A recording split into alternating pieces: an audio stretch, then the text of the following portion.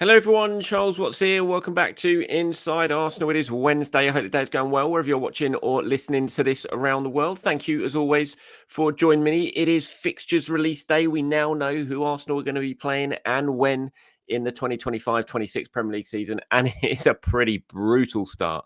No doubt about that. The fixture computer, if it even is that, has not been kind to Arsenal. Put it that way in terms of the start of the season. But yes, you can look at it in a negative way. You can also look at it in a positive way. So we'll talk about that in today's show. Of course, we're also going to talk about Carlos Cuesta, who is leaving Arsenal.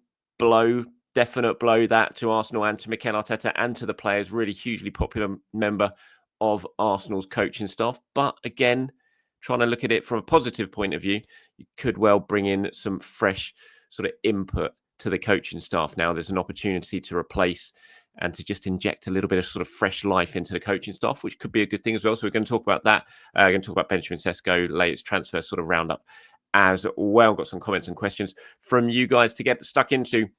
But as I said, it is fixtures release day. We know who Arsenal are going to play in the Prem. Well, we knew who they're going to play anyway, obviously, in terms of the teams, but we now know when they're going to play them.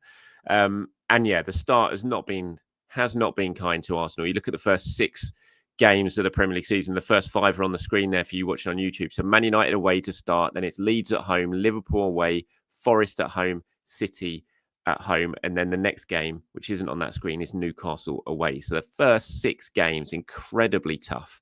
You think of that, you got how many of the Champions League teams who qualified for the Champions League? Liverpool, City, and Newcastle in the first 6 games. You've got to go to Old Trafford on the opening day. Forest were in and around the Champions League mix for the whole season last season. So it's really difficult. I thought last season was tough. I think this season's even tougher. Arsenal navigated those first games last season pretty well, to be fair. When you think the first 3 away games last season, I think were Villa, Spurs, and City.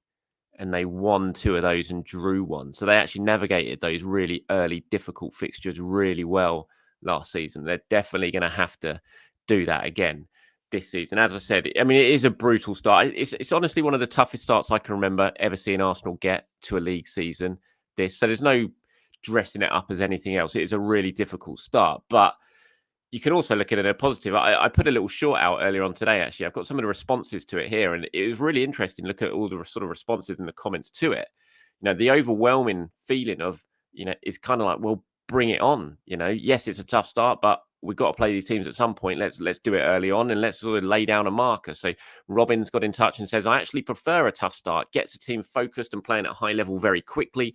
Richie says, I don't think it's that tricky. Be positive. Henry says, I can't wait. Difficult to predict what United will look like come August. So, imagine Amrim and looking to sign 4 or 5 first-team players. So maybe it's good to play them early while they're still figuring it all out. Elbizal says, love a tough start. Hopefully it kicks the board into gear to make sure we get our signings in early. Dimitar says it's actually good to know that some of our very tough fixtures will be ticked off relatively early in the season. I'd rather play these games in August than in May. And Sam finally says, I know plenty of people will complain about the fixture list, but I'm actually quite happy with it. We're getting some of the toughest games out of the way early before the new players settle in. And whilst hopefully our players aren't injured, we play Liverpool while Salah's at AFCON, and the run-in isn't too bad either. Not perfect, but definitely could have been worse. So lots of you sort of looking on the positive sides, and there definitely are positives to it. I was talking to a mate on WhatsApp, and I was like, to be fair, I love that we're getting 3 really tricky Northern away games out the way in the summer months early on in the season. So, Liverpool, Newcastle, Man United, you're not going to have to do that in the winter, in the cold, dark, under the lights and those sort of night atmospheres up there. I'd much rather play them in the sunshine. You do get them out the way early as well. So you can look at it as a positive way, especially if results go Arsenal's way. Obviously, if results don't go Arsenal's way, then it's going to be a really, really difficult start. I think what this does do, or what it needs to do, is really kind of sharpen the focus even more of those at Arsenal to get this summer right in terms of transfers. Because the last thing you want to do going into a start of the season like that is to be underprepared. We've seen it happen before. We've seen it happen under Arsene Wenger too many times in the second sort of half of his spell, when Arsenal just didn't get the business done that they needed to get done in the transfer market, and they started the season just awfully underprepared. Obviously, all culminating in 2011 and the 8-2 at Manchester United, and then the sort of 6 signing shopping spree right at the end of the transfer window. you just can't go into the start of the season underprepared, especially when you've got a fixture list like the ones that Arsenal have got at the start of the season. You need to be able to hit the ground running. Any new players need to be sort of on board, adjusted, adapted as much as they could be to be able to make an impact over those first few weeks. I think it really does just need to sharpen the focus even more to get this done. So you're not scrambling around, maybe for one signing, but the sort of majority of your business, hopefully Zubimendi will be well in by then. We know that.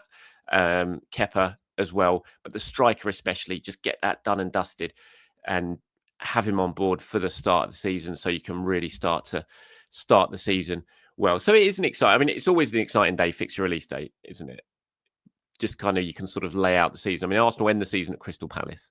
The running is not too bad. And so that is a kind of a positive from it, I suppose, when you look at, let's get the fixtures up. When you get some of these really sort of tough games out the way early doors, then it does help you in the second half of last season. I mean, you look at, I'll go through this sort of the final sort of handful. I think this is like the last 10 games of Arsenal season. So it goes sort of Chelsea at home, Brighton away, Everton at home, Wolves away, Bournemouth at home, City away, Newcastle home, Fulham home, West Ham away, Burnley away, Palace away. Burnley at home. So the last 5 games of the season there for Arsenal: Newcastle home, Fulham at home, West Ham away, Burnley at home, Palace away. Where are Arsenal going to win the league? Where do you think they're going to win the league? West Ham? Always love a nice 5-6 goal win at West Ham in recent seasons. That'd be a nice place to go. Declan Rice getting his hands on the Premier League trophy at West Ham, or claiming the Premier League trophy at West Ham. That'd be nice for him, wouldn't it? So, yeah, it is tricky games. Obviously, the first North London derby against Spurs, that's in November at the Emirates, which is just a classic time for a North London derby at home for Arsenal. Second one is in February, I think early February. Arsenal go to Spurs. See, City there is towards the end of the season in the home game. As someone pointed out in the comments, we play Liverpool in January, which is during the African Cup of Nations. So Mo Salah won't be involved in that game at the Emirates. So that's a bit of a plus as well. So that's it for the fixtures for this season. Obviously, lots of you have got in touch already and told me what you thought. But do so if you want to do it again. Myself and James Ben just sitting down a little bit later on today, actually, for Inside Arsenal Extra Time. And I'm sure we will discuss the fixtures in that show. So if you want to get your comments in about that, or your questions in about that, or anything else, then do get down and below. Start as usual with Extra Time. Leave your comment, leave your question. I'll pull some of them together and get them included in the show. Okay, let's talk about Carlos Cuesta. Fabrizio Romano last night breaking the news in an exclusive that Parma have decided to appoint Cuesta as the new manager. Talks are at final stages with Arsenal to get the green light, and the 29-year-old will be appointed as manager, leaving his role at Arsenal. He's going to be the youngest ever manager in Serie A, 29 years old. Honestly, the management game is changing. It is just getting younger and younger and younger. 29 years old, managing in Serie A. I mean, this is a blow for Arsenal. There's no other way of looking at it. It's right, just as you're sort of preparing to go back for pre-season, it is a blow. It won't be a massively unexpected blow. Cuesta's had suitors come in for him before. There was a chance not so long ago that he was going to go to Norwich. That didn't happen. He stayed. He signed a new contract with the rest of the coaching staff last season that was going to run for another 2 years. But this still wouldn't have been unexpected for Arsenal. The coaching staff under Mikel Arteta is very highly rated. They're very sought after, very well respected within the game. They've got their admirers, and it's been together for a fair while now, this coaching staff. Someone was always going to come and lure one of them away with the offer of a top job, and that is what happened now. And I sort of look at this as, Cuesta is really well respected. He's well liked. The players are going to be disappointed by this because they like him. You've got to talk to a few of them about Cuesta, and they all say good things. I remember Granit Xhaka waxing lyrical about Carlos Cuesta and his abilities and what he's like sort of one-to-one when it comes to coaching. He predicted he'd be a top coach and a head coach on his own very, very soon, and obviously that has panned out. But what this does do is give Arteta the chance to freshen things up a little bit in the coaching staff, really. And we haven't seen that for the last couple of seasons. Obviously, we had the big departure of Steve Round a couple of years ago, just before the season started. And again, at that point, I've seen a lot of people saying, oh, this is a nightmare. This is really awful for Arsenal. It's a blow, but I don't think it's awful and a nightmare. When Steve Round left, everyone said exactly the same thing right on the sort of eve of the new season. And Arsenal went on and had their best ever Premier League season for since the Invincibles. And although they finished second, but they still had an amazing Premier League season without Steve Round and the disruption of him leaving early on. So it's not a disaster for Arsenal. I think you look at it as let's sort of inject some new blood into the coaching staff. Matt got in touch here and says, building on the news that Cuesta is leaving, do you think will revive interest in Gabriel Heinze as a replacement within Arteta's coaching staff? Which I think is quite an interesting point. I was talking about this yesterday when the news broke. We were chatting about it on the Inside Arsenal Discord channel, which is available for Patreon members if you want to sign up and become a member. And we were chatting about it last night on it. And I said, I wouldn't surprise me if they go back for Gabriel Heinze, because when Cuesta was close to leaving for Norwich, Arsenal were talking to Heinze about a possible role at the club should Cuesta go. Obviously, Cuesta didn't go in the end and he stayed and nothing happened with Gabriel Heinze. So it'll be interesting to see if they do revisit that now. He's not in work at the moment. I believe he's over in Argentina. So he might well be someone who's looked at. I mean, I've seen people say, oh, let's bring Jack Wilshere back. I'm not sure Jack would want that, to be honest. I think Jack wants to get a top job somewhere on his own. I'm not sure he'd want to come in and be an assistant head coach, even if that would be within the first team setup at Arsenal. So I'd be surprised if that happens. A lot of people have also said Santi Cazorla as well, who I think we're all desperate to come back to the club at some point, one way or the other. And there's always been murmurings about him potentially joining Arteta's coaching staff. I think we'll have to wait and see what Santi Cazorla does at the end of the day. Obviously, he's got a chance of getting Oviedo back into the top flight in Spain. I think it's Kieran, isn't it, who keeps messaging the chef over in Oviedo who's watching the shows, and Santi comes in and pops into his restaurant from time to time. Well, if he comes in, ask him if he fancies the gig as Arteta's assistant from next season. Kieran, so that's another opportunity potentially to turn. I mean, the thing with Santi is, he's such a magical player, obviously, but he's got no coaching experience like anywhere. And do you really want someone learning a job? Because it's a really key position, that sort of assistant head coach role as well. It'll be interesting if Arsenal do go down a young route, or if Arteta brings in a little bit more sort of experience to add to the coaching staff as well. So it is a blow, no doubt about it, that Cuesta's going. I think that he's due to be flying over to Italy today to sign all the contracts and everything. But there is an opportunity now for Arsenal to freshen things up. So hopefully, never know, it might end up being a good thing. But good luck to Carlos Cuesta. Well, just a sort of bit of a roundup transfer-wise, not that much going on at the moment. There is a few reports from Germany today about Benjamin Sesko. Sport Bill reporting that Arsenal have agreed terms with Sesko, which, to be honest, I think sort of behind the scenes that would have sort of been a given for a fair while now. Not, a sort of agreed contract, anything official like that, but Arsenal would know the demands that Sesko has. That would have been done a long time ago with the agent, and will know what sort of money that he's looking for.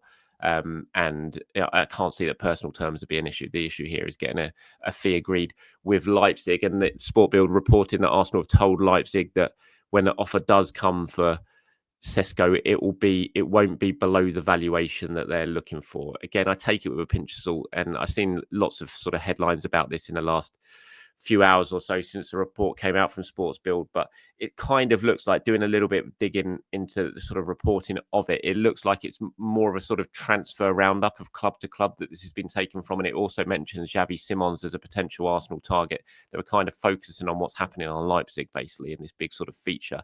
And in it, they say, I think the headlines like Arsenal agree with Sesko, 80, 100 million euro bid expected, something along those lines. But I had a question actually on Sesko. I think it was from Sam here. He says, reports are saying Leipzig want 80 to 100 million euros, which is more than we're currently willing to pay. I thought Sesko had a release clause of less than that. Can you offer any clarity on his release clause situation? Is it just a case of paying it over to get better payment terms? I think the release clause now stands at around 80 million because it's one of those release clauses that rises depending on what he's done during the season. He had a good season. He scored over 20 goals. And scored in the Champions League and things like that. So I think it basically took it up to around 80 million, where I think Arsenal potentially, or Leipzig, would probably say, okay, we're open to more, but if you don't pay the release clause, you can do a little bit more, and then we can stagger it over 4 or 5 years, exactly what Arsenal were doing with Zubimendi. So I think that's where the variation in price that you're seeing at the moment. There is a release clause figure. I don't know the exact figure, but I think it's around 80 million euros. But maybe if Arsenal were to pay a little bit more than that, or agree to pay a little bit more than that, they would stagger it over the length of the contract, and then you're only, tied into paying sort of 20 million at a time or 15 million per season, that sort of thing. So we'll see what happens again if anything sort of moves on with Sesko. I don't want to spend too much time talking about it because it still feels just very, very sort of speculative at the moment in terms of anything moving forward. But we'll see what the next 24 hours would bring. As I said, the fixtures now, if anything's going to kick Arsenal into gear, it should be those fixtures to get these deals over the line. Andy, that is, isn't it? Says, hi, Charles. Loads of questions in regards to incomings, but what do you think of the potential players leaving Arsenal? Apart from the young players going out on loan, I'm more concerned about the backup players like Vieira, Nelson, Lokonga. Any other first-team players you think may be leaving? Well, I think the three that you've mentioned there, and Vieira, Nelson, and Lokonga, I think all three of those will go. I'll be surprised if they stay. I think Nelson will be permanent. He's only got a year left, so it kind of has to be permanent. I think Lokonga will ultimately be permanent as well because he's similar to Nelson with only a year left on his deal. Arsenal have extended his contract by an extra 12 months. They took up the option so they can try and sell him this summer. I think Vieira, my sort of hunch says that he'll go out on loan again. We'll see, but I think all three of them will go. In terms of any other first team players you think will be leaving, look, I mean, Arsenal are open to selling Zinchenko. He's a sort of standout, but although they're open to selling Zinchenko, I don't think Zinchenko's ultimately in any sort of rush at this point to go. He'll listen to what's out there, but he's on big, big money at Arsenal.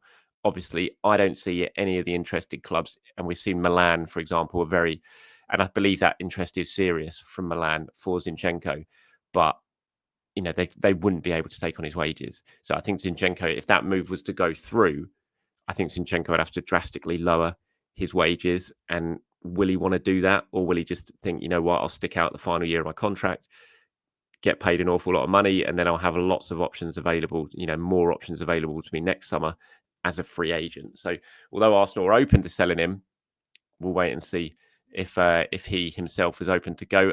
Other than that, I sort of look at the squad at the moment. I don't really see any major sort of sales in there unless they do something that surprises us all in terms of one of the big sort of names out there, that might have a decision to make with Jakub Kiwior, depending on what Kiwior wants to do.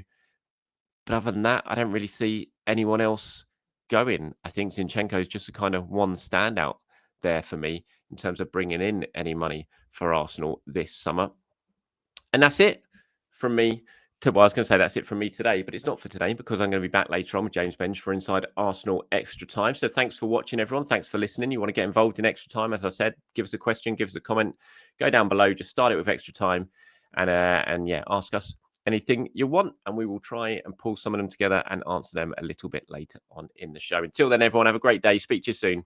Bye-bye.